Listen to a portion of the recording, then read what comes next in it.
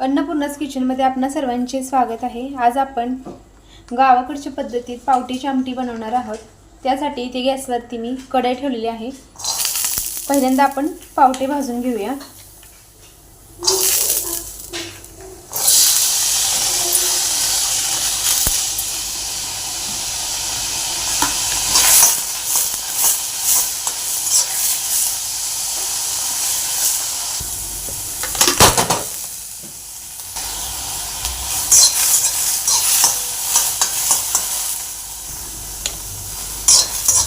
पावटे आपले चांगले भाजलेले आहेत। आता आपण ते काढून घेऊया।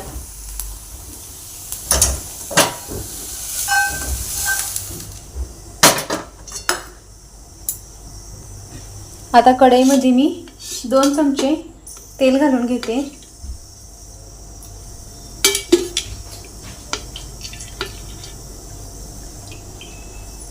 दोन चमचे तेल घातलेलं आहे। तेल आपलं गरम झालेलं आहे। आता याच्यामध्ये 1 छोटा चमचा मोहरी घालते। 1 छोटा चमचा जिरे घालून घेते। लसूण खोबरं आणि कोथिंबीर एकत्र बारीक करून घेतलेला आहे।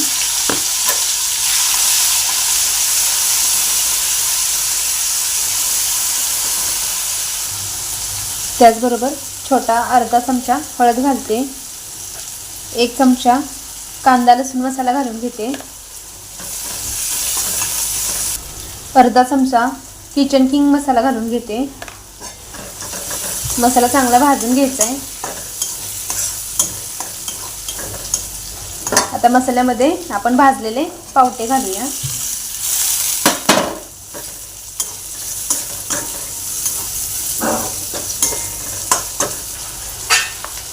चवीनुसार मीठ घालून घेते।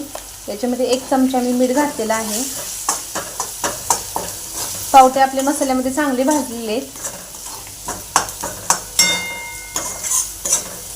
आता आपण याच्यामध्ये पाणी घालून घेऊया। इथे मी 2 ग्लास पाणी घालणार आहे।